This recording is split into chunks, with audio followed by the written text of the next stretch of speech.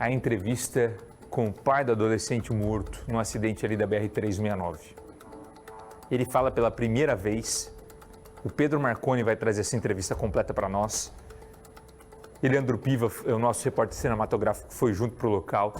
E o desabafo desse pai, que vai para o primeiro final de semana sem o filho, é impressionante. Vamos conferir um trechinho.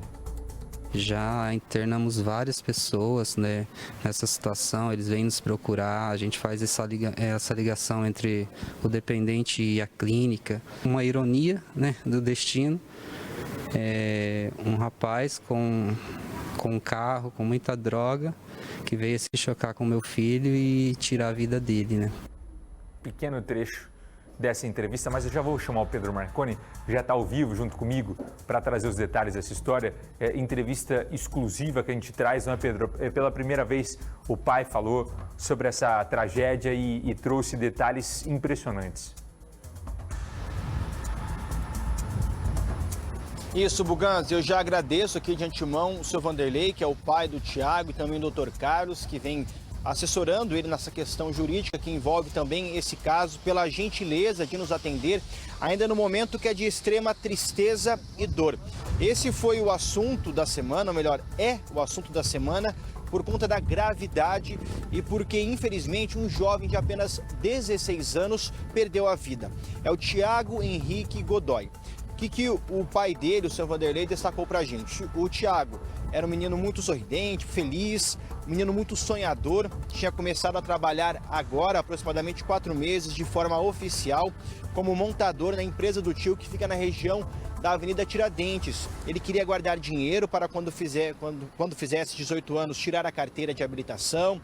Também já estava querendo fazer um consórcio para lá no futuro ter o seu veículo como meio de transporte. E aí, nessa semana, no momento em que ele saía do trabalho, junto com o tio, estava na garupa da moto do tio, indo almoçar, foi atingido por um carro conduzido por um adolescente de 17 anos. Adolescente este que fugiu da Polícia Rodoviária Federal numa perseguição que começou na divisa com Cambé, e dentro do carro que ele dirigia, e não poderia por ser menor de idade, tinham 325 quilos de maconha. Cerca de 2 horas depois do acidente, foram presos 4 homens, batedores desse adolescente, mas esses foram detidos entre Bela Vista do Paraíso e Florestópolis. E aí o pai do Thiago destacou pra gente o momento que ele está vivendo, que é um momento de muita consternação, mas ele tem encontrado nos amigos, na família e também na fé o refúgio para encontrar forças e assim poder continuar a vida que tem que seguir. E uma ironia do destino, Buganza.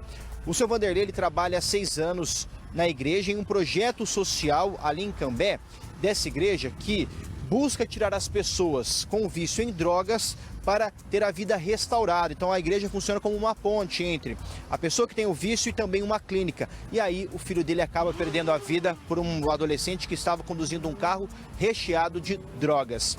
Só que o seu Vanderlei destacou que perdoa esse adolescente, que não o culpa, porque muitas vezes esse adolescente pode não ter tido oportunidades para um caminho melhor e que ele vai orar pela vida desse adolescente e também pela vida da família dele. Um exemplo de perdão, um exemplo de humanidade mesmo em meio a toda essa tristeza. Mais sobre esse assunto nós vemos a partir de agora a entrevista exclusiva com o pai do Thiago Godoy. Vamos ver. É no carinho dos amigos e da família e na fé que o Vanderlei tem encontrado forças para enfrentar a tristeza de perder um filho. Não aprendi a lidar ainda, né? É muito recente e essa força dos amigos, dos familiares que vêm nos abraçar, vêm nos dar uma força, falar uma palavra, é o combustível para a gente conseguir seguir em frente. Ele é pai de Thiago Henrique Godoy, de 16 anos. O jovem estava na garupa da moto do tio e morreu na hora após ser atropelado na BR-369 por um adolescente de 17 anos que fugia da Polícia Rodoviária Federal. Dentro do carro, 325 quilos de maconha. Há 6 anos, Vanderlei ajuda no projeto da igreja que justamente busca tirar as pessoas do mundo das drogas. Já internamos várias pessoas, né, nessa situação, eles vêm nos procurar, a gente faz essa ligação entre o dependente e a clínica. Uma ironia, né, do destino, um rapaz com um carro, com muita droga, que veio se chocar com meu filho e tirar a vida dele, né? Tiago morava com a avó materna. Há cerca de 4 meses, começou a trabalhar como montador na empresa do tio, na região da Avenida Tiradentes. No momento do acidente, estava indo almoçar, como fazia todos os dias. O jovem era conhecido por ser alegre, cheio de sonhos. Porque quando eu tiver 18 anos, eu quero tirar carteira, eu quero que você faça para mim um consórcio, porque eu quero pagar para mim pegar um recurso e comprar um carro. Então os nossos planos assim para o futuro era viajar, era estar junto. Tiago e o pai tinham marcado de sair no fim de semana. Eu falei para ele, filho, a gente precisa comer um lanche junto, né? Daí ele falou, não, vamos marcar, pode marcar tal. Daí eu falei, vamos marcar sábado. Daí ele falou, a última mensagem que ele me mandou é, combinado, paizão, sábado nós vamos sair. O adolescente que provocou a tragédia ficou internado um dia no hospital evangélico. Hoje está apreendido no Centro de Socioeducação de Londrina. Apesar de tudo, o pai de Tiago não guarda mágoas e espera que o adolescente consiga se reencontrar na vida, de forma honesta. Foi mais uma vítima de pessoas que querem poder, querem dinheiro fácil. Então aliciaram esse outro adolescente que estava dirigindo o carro e então a gente não tem rancor no coração. A gente só quer que a família desse adolescente encontre o Senhor também, esse adolescente encontre também o Senhor, que ele mude de vida, que ele entenda como meu filho entendeu, que ele podia conseguir as coisas trabalhando dignamente. 4 pessoas foram localizadas pela Polícia Militar entre Bela Vista do Paraíso e Florestópolis, suspeitas de servirem como batedores para o adolescente. Todas são do Mato Grosso do Sul e tiveram a prisão preventiva decretada pela Justiça pelo crime de tráfico. Foi tirada a vida de um adolescente, né? Foi um crime e assim, a justiça precisa ser feita, né, de acordo com as leis, com os amparos lá da lei, e eles precisam sim pagar pelo crime que fizeram. Vanderlei quer usar da própria experiência para seguir lutando, para livrar as pessoas do vício das drogas. Isso vai servir de mais incentivo para a minha vida, continuar esse trabalho.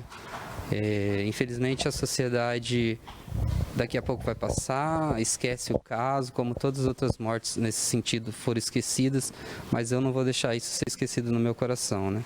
Isso vai ser um combustível para mim trabalhar mais ainda a fundo, ajudar mais dependentes químicos a sair desse mundo, porque acaba sendo eles, o dependente químico, que financia todo esse mundo das drogas, né?